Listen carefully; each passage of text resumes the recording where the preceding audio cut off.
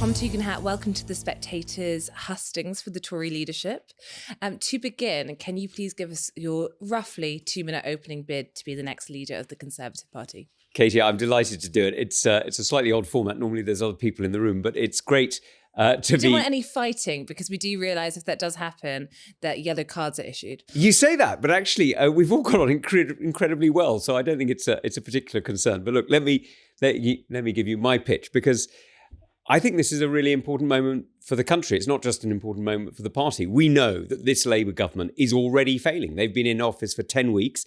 They've chosen themselves over the country. They've chosen their mates over those most vulnerable. And they've made it clear that they're entirely interested in self-service and freebies, not in public service and the needy. And we need to turn this around. So the choice that we're going to make as a party is a fundamental one. It's who are we going to put up as the next Prime Minister of the United Kingdom?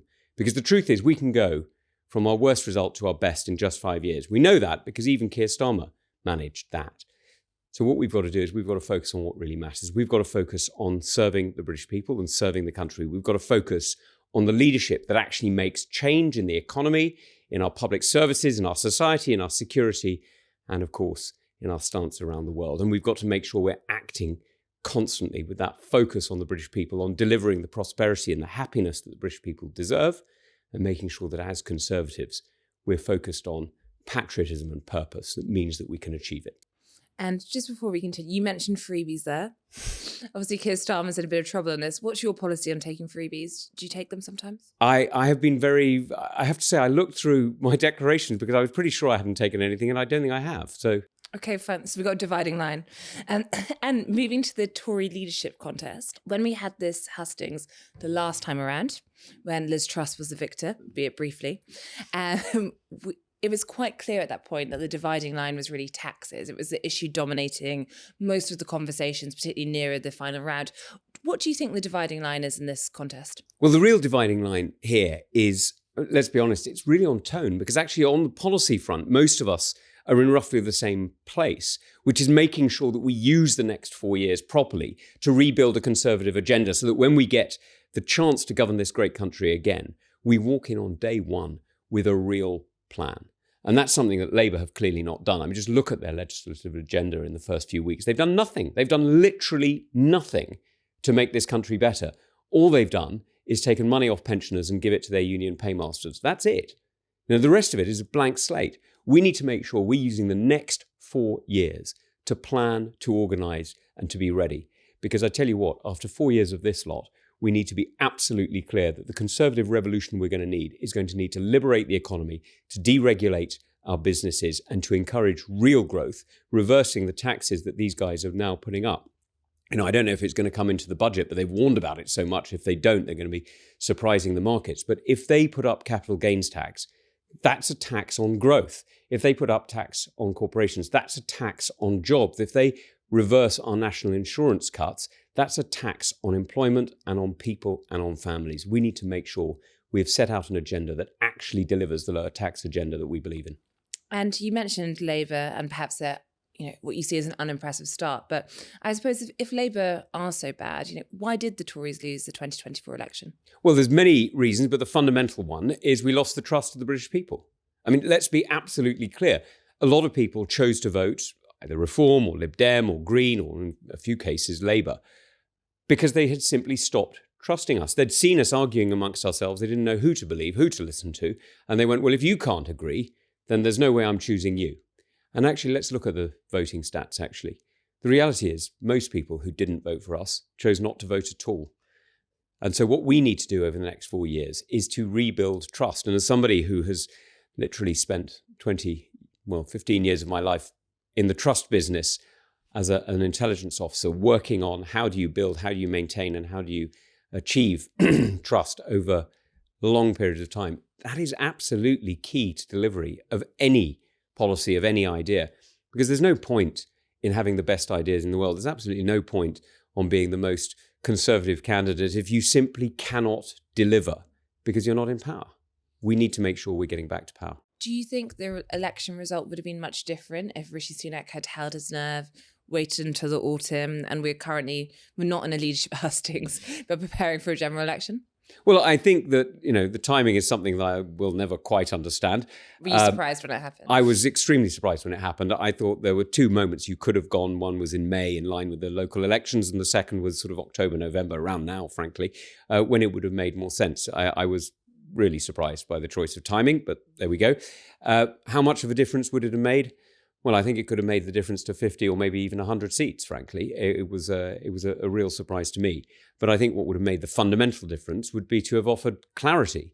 And the truth is, what we didn't offer in that election was the clear Conservative pitch. And that pitch has to be a pitch in favour of families, a pitch in favour of business, a pitch in favour, frankly, of freedom. And that is not the pitch that we made. Now, you mentioned a few of the areas where you think the party needs to re-establish itself. Mm-hmm. How much further do you think your party needs to go in terms of controlling legal and illegal migration? And do you think that was a big factor in the loss? Yes, it was. But let's be clear. I mean, the illegal migration is something we simply need to get a grip on. And that's where the deterrent that we finally were getting to just before the election, although, again, it's one of those moments where it would have been useful to have waited and been able to demonstrate it, was one of those areas where, yes, of course we need to grip it, but we're finally getting to the right place. The area that we really let go on was legal migration, because let's be absolutely clear, that was a choice. Over the last 5 years, since December 2020, illegal migration got out of hand. When we had a skills visa, the so-called Tier 2 visa, was capped at 20,700. Since then, it was uncapped, and it went with the point-based system. And point-based system, as we know, is Australia's system for attracting migrants. It is not a system designed to keep people away. It's a system so that businesses can fill in certain forms and know that the migrants can come over. And that's exactly what businesses did. So whatever we spoke about, whatever the prime ministers or the various ministers said at the time, the entire system was geared to bringing people in. Now, that's simply wrong, because actually what it did was it turned us from being a highly skilled, high-wage economy to an economy that encourages low-skilled migration. Because it's cheaper. It's cheaper for business. It's cheaper for farms. It's cheaper for restaurants. It's cheaper for others.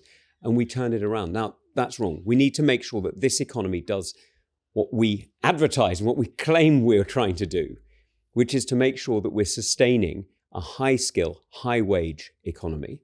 And we do it by making sure, yes, we have migrants. Of course we have migrants. But those migrants are skilled scientists, skilled engineers, skilled doctors, perhaps.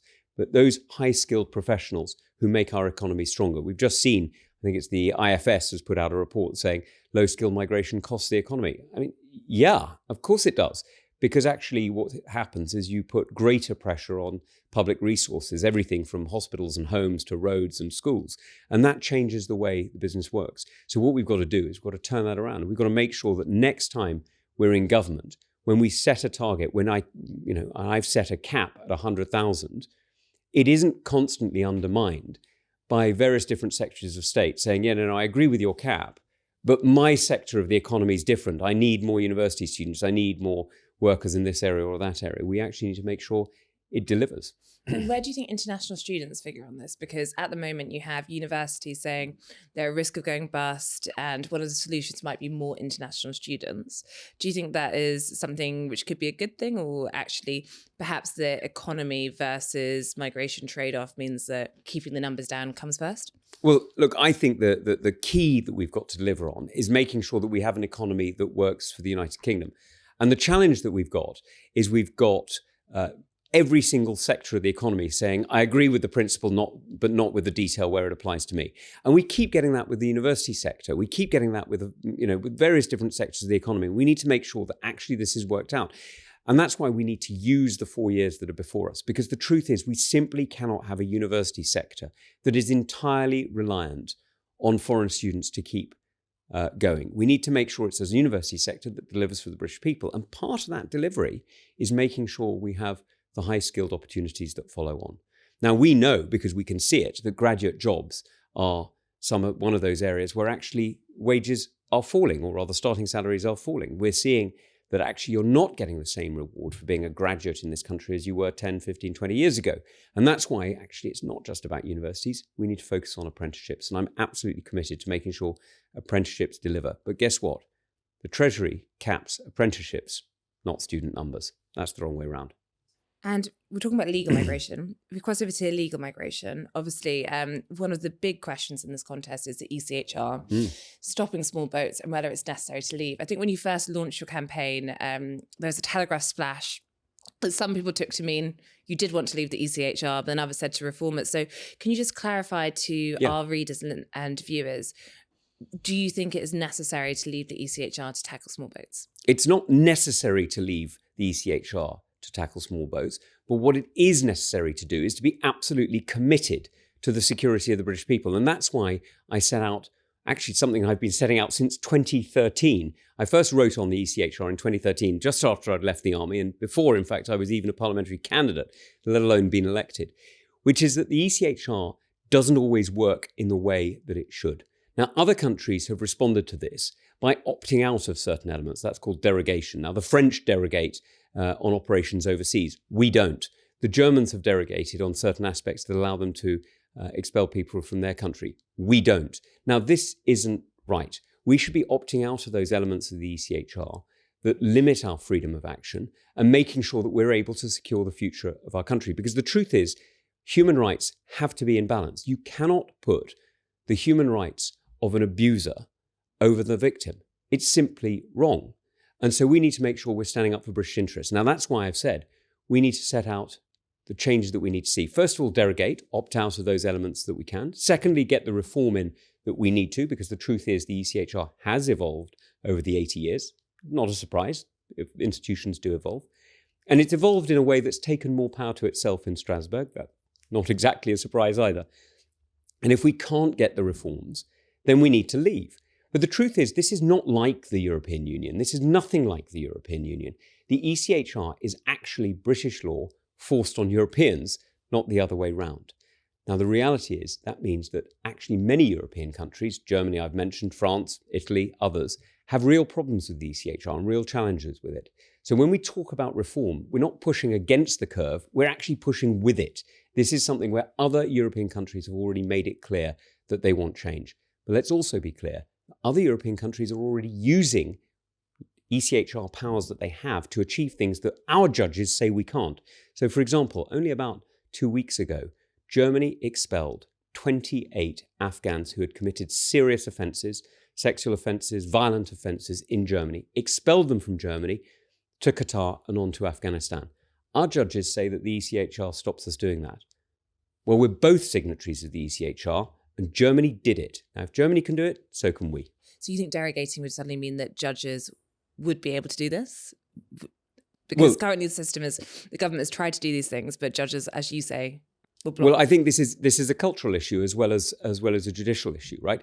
It's being willing to challenge these things. Because I tell you what, when I was security minister, I regularly got documents coming up from advisors saying, if you do this, if you expel this individual who's been connected to terrorism, if you refuse a visa to this individual who's connected to violence against women and girls, say, then there is a 60, 70, 80% chance of you losing a law case about it. And time and again, I was advised to concede rather than to face legal challenge. And time and again, I said, no, our job is to defend Britain's interests and defend the British people. And I will face this down in court. And if it gets to court, then I'm willing to have that fight. But actually what we quite often saw was that it didn't even get to the judges. We were being advised and ministers were accepting the advice that it wasn't worth the fight. Well, it is worth the fight. It is absolutely worth the fight, and we must fight to defend our interests. And if the laws don't allow it, if the legal culture means that we can't do it, then we either have to derogate or reform or be prepared to leave. But the first thing we've got to do is to fight for our own interests. Now, moving on to the environment, you look at the reform conference that's coming up. Nigel Farage actually taking quite a sceptical approach to net zero and thinking that will bring some voters with it. Where do you stand? Do you think the current net zero targets are realistic? 2050, some of the ones sooner? So first of all, the 2050 target is a global target, and it's right that we should have a global target because the truth is this isn't just about us. I've had enough of people telling us that we have to make all these hair-shirted sacrifices when we're producing, I think it's 0.7 or 0.6% of global carbon emissions today, when actually all it's doing is pushing jobs towards China where they are still building coal-powered fire stations and causing global greenhouse gases. I don't understand how it's somehow greener to make people in the UK unemployed so that carbon emissions go up in China. I don't think that works. So we need to be absolutely honest about it. But we also need to be honest that this is an opportunity, but it's an opportunity when we remember that the word is net zero, not absolute zero. And what Ed Miliband is doing, this extraordinary ideological crusade of his, is to get to absolute zero. Now that's insane. It's never going to happen. It's not going to work. And all it's going to do is mean that energy prices go up in the United Kingdom, people find it harder to heat their homes, and jobs and businesses go. Because that's not going to work. What we need to do is we need to make sure we're delivering net zero. Now that's where actually there are some really important innovations and some really important opportunities. And as Conservatives, we should be championing them. Look at what Ben Houchen's doing in Teesside. He is currently in the planning stage of building a net zero gas turbine. So it takes gas, right? So it burns carbon, but it takes North Sea gas, it burns it, it generates cheaper electricity, and guess what it does with the carbon? Well, it pumps it straight back into the North Sea. This is called carbon capture and storage, you know about it. And you see that our efforts in the North Sea, out of Aberdeen, out of the Teesside, is really making a huge difference, not just to the UK, but is actually demonstrating that Teesside is again at the heart of a new industrial revolution. You know, Teesside, cast the steel that has gone to building everything from the Sydney Harbour Bridge to various of those towers that you see in Abu Dhabi.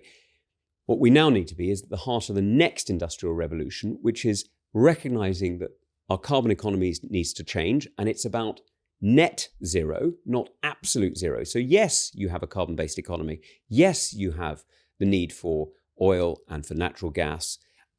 But what you've now got to do is make sure you're capturing the carbon that comes off it and changing it. Because the economy that we've gone to has gone from being some of the cheapest electricity in the world to some of the most expensive. And no matter what you do, no matter what taxes you change, if you are charging that much for energy, you will never get economic growth.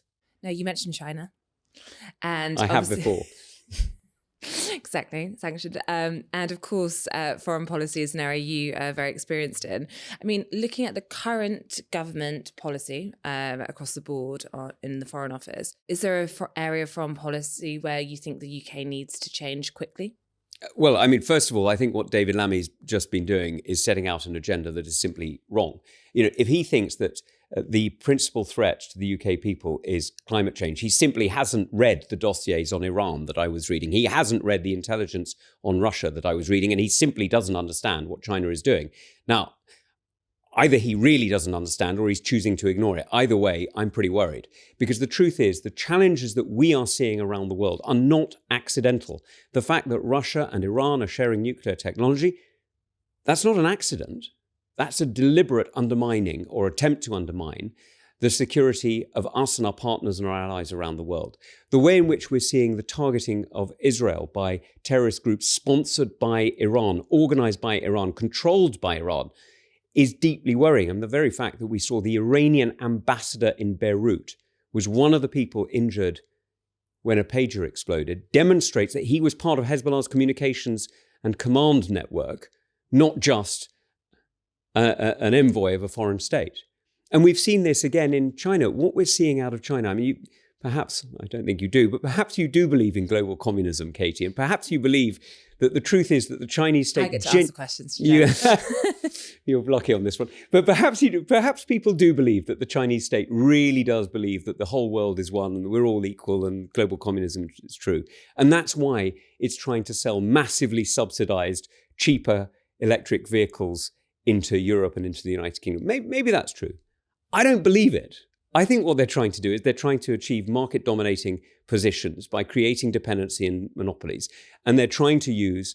So in the grey EV car debate, you don't think, which is currently an issue for this Labour government, as to how much you would not agree with kind of the option of those cheaper cars for consumers on security grounds? Well, on several grounds, right? I mean, I simply don't believe that the Chinese state is subsidizing cars because they want British consumer to have cheaper cars. They're doing it because they're trying to knock out the UK and other car industries so that when they have been knocked out, we have no choice. Now, it's not just in cars that they've been doing this, by the way. This is one of the reasons I objected to Huawei. They did this to Nortel. They've tried to do it to Cisco. They've been doing this around the world in different forms of technology, and now it's moved on to cars. But let's also be clear about these cars. These cars are not just an electric vehicle that's a greener alternative. The batteries are, of all cars, almost 80% of them are made in China. This is creating a dependence on a single authoritarian state that is not only seeking to undermine us here at home, we've seen that by expansion of Chinese aggressive actions by the Ministry of State Security here in the UK, but this is a state that is internally extremely fragile. This is a state that its demographics are going in completely the wrong direction. Its environmental protections are going in completely the wrong direction. Its protein resources are going in the wrong direction. And frankly, its stability is in question. This is not a state that we want to be 80% reliant on for our future energy needs. And so we need to be very clear that the decisions that we're making, including on energy, on electric vehicles, are decisions that are going to be very hard to reverse unless we make the right choice now. And just last thing on China, I wondered, if you are Tory leader and perhaps one day Prime Minister, I suspect there'd be a little bit of time in between at least. Not the way Keir Starmer's going, actually. You think pre-29? At the rate he is going, the damage he is doing, I think the possibility of the Labour Party splitting is going up by the day. Look at what he is doing to his party. Look at what he is saying and the way in which he is causing such internal dissent. Don't just listen to me, by the way. You've written about this. I read your columns assiduously, and you've written about this. The infighting in Number 10 after 10 weeks is the sort of thing you'd expect after 10 years. Johnson's government quite peaceful, right? Exactly. And, I don't know what Sue Gray's up to, but she's given her boy a job and now she's got paid more than the PM. She seems to be doing very well out of this. Tory leader, perhaps one day Prime Minister. Would you let your shadow Foreign Secretary or Foreign Secretary go to China for talks? I think it is extremely unlikely that those talks would be worth having. Because frankly, what we're seeing at the moment out of China is we're seeing a different way of trying to organize the world. Now, that doesn't mean you never talk to China. Of course you talk to China, but you speak to them at the G20. You speak to them at many different events that go on all the time around the world. That's perfectly reasonable.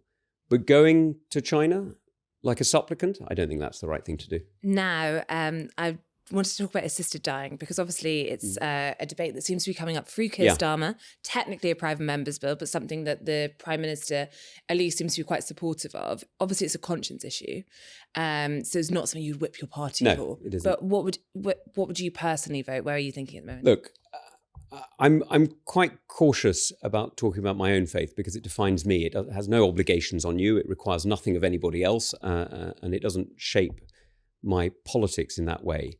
But one of the things that I do believe firmly is that all human beings have a dignity inherent to themselves, right? Everybody has a worth. And one of the things that really worries me on assisted dying is not the liberty aspect. I completely understand the free right of individuals to choose their own lives, indeed, including to take their own lives. It's tragic, but it is a freedom that everybody has. What really concerns me is that the dignity of individuals, particularly the most vulnerable, could be really severely affected. And I say this because we've seen in Canada individuals with PTSD being offered an easy exit rather than the care and the consideration and the dignity that they should get. We've seen individuals in the Netherlands and in Belgium choosing to leave this life rather than to have the support that is necessary. And I've got to be honest with you, I'm yet to see anybody who has actually constructed the legal safeguards that I would be comfortable with, that wouldn't see the most vulnerable being pressured, and therefore the dignity of those, our fellow human beings, being called into question. I'm very worried about the direction it sets and the way it undermines individuals. And whether enough thinking has been done on it at this point. Moving to freedom of speech, it's obviously a big debate, both in terms of on campuses, but I think particularly online. We saw with the riots, criticism of Elon Musk and X. And I just wondered, do you think Elon Musk has been a good contribution or a negative contribution, net we'll go with this time, to freedom of speech online versus protections for children? Look, I think Elon is not only perfectly capable of speaking for himself, he does speak for himself. He's not running for the Tory leadership, unfortunately. Well, I think there may be some fortunate elements of that. But well, there we go. But he's a German American citizen, so I think South African American, forgive me, citizen. So I think his application will be in the post. I'm a huge supporter of freedom of speech, But we've also got to be aware that when you're talking about freedom of speech, you're talking about it from all directions. That's why the freedom of speech bill that we introduced into the last parliament and that Labour seem to be about to scrap is so important, because freedom of speech means the freedom to hear things you don't want to hear. And the sort of repressive liberal consensus that we're getting out of universities today is deeply damaging.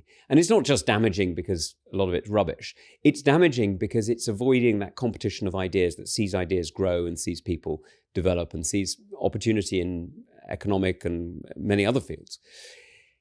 It's also true, however, that we're seeing lies grow in the darkness, and we're seeing some states exploiting the anonymity of the online world to spread frank untruths that, were they to be able to challenge, as you'd be challenging me and the way we challenge each other in open forum, they wouldn't happen. So I think there's an honesty element here as well. If you are running a platform that is entirely dominated by anonymous bots, is that freedom of speech or is that just propaganda? That's not the same thing. If what you're doing is you're allowed to say whatever you like, but you put your name to it, that is freedom of speech, and it should be defended absolutely. One of the things when talking about freedom of speech in this space, and also responsible journalism comes into this, because something that occasionally comes up is a comment you initially made on Roger Scruton when it came to a New Statesman article, which was later proven to be wrong about Roger Scruton. Yeah, I was wrong. I was wrong. I was misled. Yeah. I was wrong. I was misled. And I hadn't actually made a comment in relation to Roger Scruton. I'd made a generic comment about racism in public life. The journalist then linked it to his article, which meant that my statement was incorrectly linked. And I then wrote to Sir Roger to apologise. He was a friend of mine. And he accepted that. He very kindly accepted the apology, and he understood exactly what had happened. And it was a mistake, and I shouldn't have allowed myself to be in a position to give that ammunition, because Roger is he was a great man, a great thinker, and a great conservative in the truest sense of the word. Moving to the quicker part of this hustings, there's a lot of talk about unity in this leadership contest. How important is unity? Because at some point, a leader has to lead. So, how much do you prize keeping all your quite small number of colleagues these days together versus over leading from the front, different candidates? Katie, you're talking about 121 in Parliament. Of course, you're right. But the leader of the Conservative Party is not just leading 121 people in Parliament. They're leading a Conservative movement which is here to ensure the good governance of the United Kingdom at every level. So you're talking about quite literally thousands of councillors. You're talking about members of the Senate. You're talking about members of the Scottish Parliament. I'm very proud that over half of them have endorsed me. And, there's a huge amount that we've got to do to bring this country together, to bring this Conservative movement, this Conservative party together. Because let's look at what's going on. We are seeing a leftward drift in institutions that is undermining personal liberty and freedom of speech, as you set it out. We're seeing a cronyisation of our politics brought in by this new administration, and we're seeing it undermining the institutions like the civil service that we should expect should be institutions that value the traditional independence that these organisations have held. And we need to make sure that when we get back in, we are championing those conservative values that bring it back. And that's why I'm not just standing to be the leader of the Conservative Party, I'm standing to be the Prime Minister, because the changes that we need to see in this country about lowering taxes, not on an ideological basis, but because we know it promotes freedom, about lowering regulation, again, not for ideological reasons, but because we know it promotes innovation, and about championing those conservative traditional values, everything from society and community to family, is because we know that's how you build a safer and stronger Britain. And my mission, and I'm clear about this because you need to be absolutely clear as to what you're trying to achieve, my mission is the prosperity and happiness of the British people. And you cannot achieve that without the conservative values that we champion. The US election is in a couple of weeks. If you could vote, who would you vote, or would you abstain?